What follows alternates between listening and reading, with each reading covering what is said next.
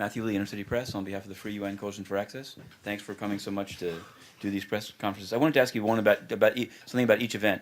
The first one on your human rights event and looking at UN instruments, and you cited UN human rights reports.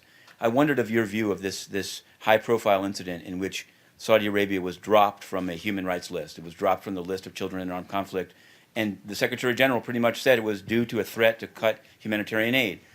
Does this then create the impression that basically these lists are for sale, that countries that have money or something else to give to the UN can get off it, and only countries that don't have that power remain on them? And what does that say? How can that be fixed? And the other one is a much smaller question, but it's about the debate. I noticed it was said that there'll be no stakeout outside it, no opportunity for outside of it, as was done during the informal dialogues. There was a stakeout set up outside, and each candidate came and answered questions. So I wanted to know who decided that the candidates won't speak with the assembled press outside the meeting hall, and if in fact it's a kind of a private event, because I'm assuming if UNTV either can't or won't be in front of the event, it's somehow not a UN event, who's paying the security and other costs of it? And I'd just like to make a request that there be a UNTV stakeout out front to see if a candidate wants to answer a question from media other than Al Jazeera. Maybe I can just clarify one point that you said. So we're putting the candidates through a lot. So they've done these 2-hour informal dialogues followed by a media stakeout. We've done the same for all the candidates, been very organized for the UN correspondence. This evening event is it's a late hour. They've been here all day at the human rights thing. There's 10 candidates coming, not all of them. And so it didn't seem fair to ask them to do, yet another media stakeout.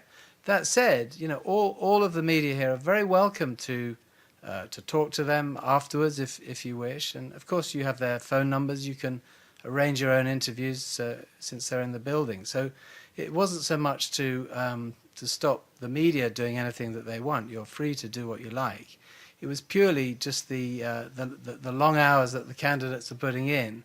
And the late hour of the thing, and the difficulty of trying to get 10 people, and then the 2 that aren't, unfortunately, in New York at the same time, to have some sort of media stakeout at, what would be, 9 or 10 o'clock at night. I guess I'm just saying, as I'm sure you've seen, and you saw yesterday, Sunday, I saw you here. There's a UNTV camera set up in front of the Security Council every time that it meets, even though it's rarely used. So the question wouldn't be to require all 10 to come, but if a camera were there, if one of them, particularly one of the sort of underdogs, wanted to speak more. So I don't know. I'd ask you to consider it, and can you answer whether it is a UN event? For example, are all of the costs being covered by the UN? Is there some kind of cost sharing? It's an event which is hosted by the president. He's the organizer of the event in partnership with Al Jazeera Media Network, and it's public. It's open to the media. I mean, you've all been invited. It's open to civil society organizations as well. We've had a registration process going. We expect the room to be, pretty full. Sure. Just one last, just to nail this down, because I know that if somebody has an event in the delegates' dining room, then they're required to pay security. I just wanted to, is it a PGA? Does it come out of the PGA's budget? Who's sort of paying the cost of the event? Yeah, we're paying the cost of the security. That's fine. The other question is a larger one. I just wanted to. Yeah.